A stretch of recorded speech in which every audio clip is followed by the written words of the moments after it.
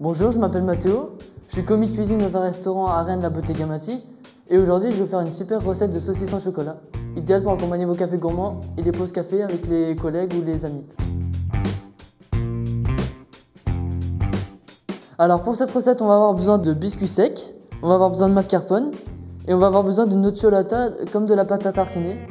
Pour cette recette, on va avoir besoin de 2 kits de poule, du papier cuisson, un rouleau à pâtisserie et des gants. On va commencer d'abord par piler les biscuits. On va mettre les biscuits dans le saladier, 200 g de biscuits et on les pile. Pour les biscuits, du coup, il faut faire en sorte qu'ils soient bien écrasés, bien en miettes pour faciliter le mélange avec la mascarpone et la nocciolata. Il faut bien piler, mais on peut garder des petits morceaux au cas où pour le croustillant du saucisson. Voilà, donc j'ai fini de piler les biscuits. Maintenant, on va passer à la pesée de la mascarpone. Donc là, on met 200 g de mascarpone. Donc une fois que la mascarpone est pesée, on va l'ajouter aux biscuits. Donc là, on a besoin de 200 g de nocciolata, donc le pot entier, fabriqué en Italie, avec 51% de noisettes. Et l'étiquetage est fait par des personnes en situation d'autisme. Mais si vous n'avez pas de pâte à tartiner, vous pouvez utiliser n'importe quelle pâte à tartiner autre que la nocciolata. Du coup, donc là, on va ajouter la pâte à tartiner aux biscuits et à la mascarpone. Donc là, on va mélanger le tout, donc les biscuits pilés, la mascarpone et la pâte à tartiner. En fait, là, donc je prends des gants, c'est pour l'hygiène, pour éviter les bactéries, les microbes en tout genre. Mais évidemment, si vous avez les mains bien propres, bah, ça peut le faire. Donc là, je mélange le tout.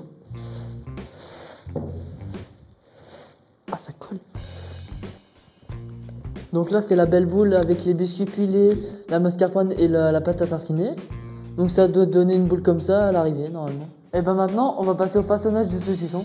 Donc je vais prendre une feuille de papier cuisson pour étaler la boule et lui donner une forme de saucisson. On va l'étendre pour lui donner une forme à peu près jolie et visuellement mangeable.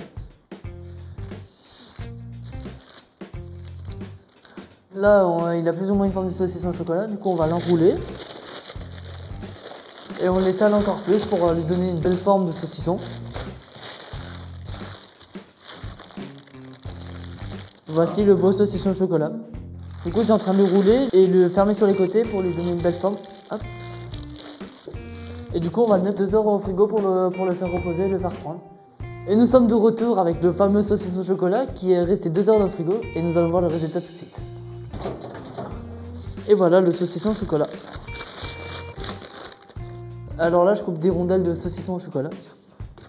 On dirait un vrai saucisson, mais en chocolat. Là, nous avons du magnifique saucisson au chocolat et on va le dresser avec un joli petit café gourmand. Voilà. Et voilà le fameux saucisson au chocolat avec les biscuits pilés, la mascarpone, la pâte à tartiner et le bon café.